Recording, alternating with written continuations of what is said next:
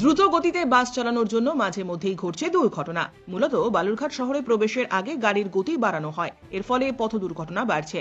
এই পথ দুর্ঘটনা কমাতে এবার বিশেষ উদ্যোগ গ্রহণ করলো জেলা এবং বালুরঘাট সদর ট্রাফিক পুলিশ।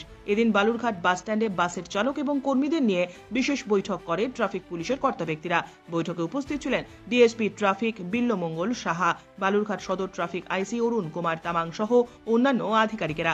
এদিনের বৈঠক থেকে মূলত বাসের চালক এবং কর্মীদেরকে রাস্তায় চলাচলের সময় সতর্ক থাকতে বলা হয়েছে, এমনকি শহরে প্রবেশের সময় গাড়ির গতি কম রাখতে বলা হয়েছে। ব্যুরো রিপোর্ট, আপনার নিউজ।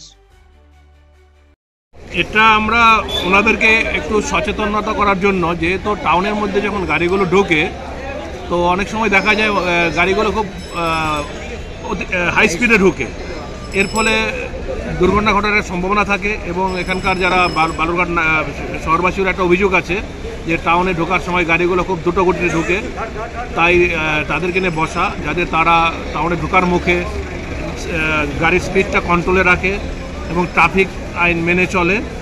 এই ব্যাপারে ওনাদেরকে সচেতন করা এবং যেখানে সেখানে যাতে না দাঁড়ায়, নির্দিষ্ট স্টপেজগুলোতে দাঁড়ানোর চেষ্টা করে, এইসব সামগ্রিক ব্যাপার নিয়ে ওনাদের সঙ্গে একটা অ্যাওয়ারনেস প্রোগ্রাম করা হলো, যাতে আগামী দিনে ওনারা নির্দিষ্টভাবে এবং রোড সেফটি মেনে গাড়ি চালায়, দুর্ঘটনা যাতে কম ঘটে, এটাই উদ্দেশ্য ছিল আজকে। স্যার, এই উদ্দেশ্যে সভাটা আজকে কাদেরকে নিয়ে করলেন?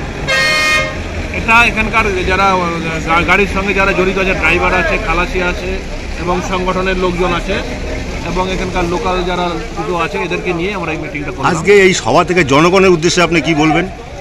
না, জনগণের উদ্দেশ্যকে আমি একটা কথাই বলবো যে ওনাদেরকে তো আমরা অ্যাওয়ারনেস করার চেষ্টা করলাম, কিন্তু পাবলিককেও একটু ট্রাফিক আইন মেনে চলতে হবে। তারাও যখন রোড ক্রস করবে তখন একটু দেখে শুনে যে রোড ক্রস করবে, মানে হুইমজিক্যালি তারা মোবাইল মানে কথা বলতে বলতে রোড পার হবে না। যতটা সম্ভব ট্রাফিক আইন মেনে চলবে যাতে দুর্ঘটনা কম ঘটে, এটাই আমাদের মিটিংয়ের উদ্দেশ্য একটা।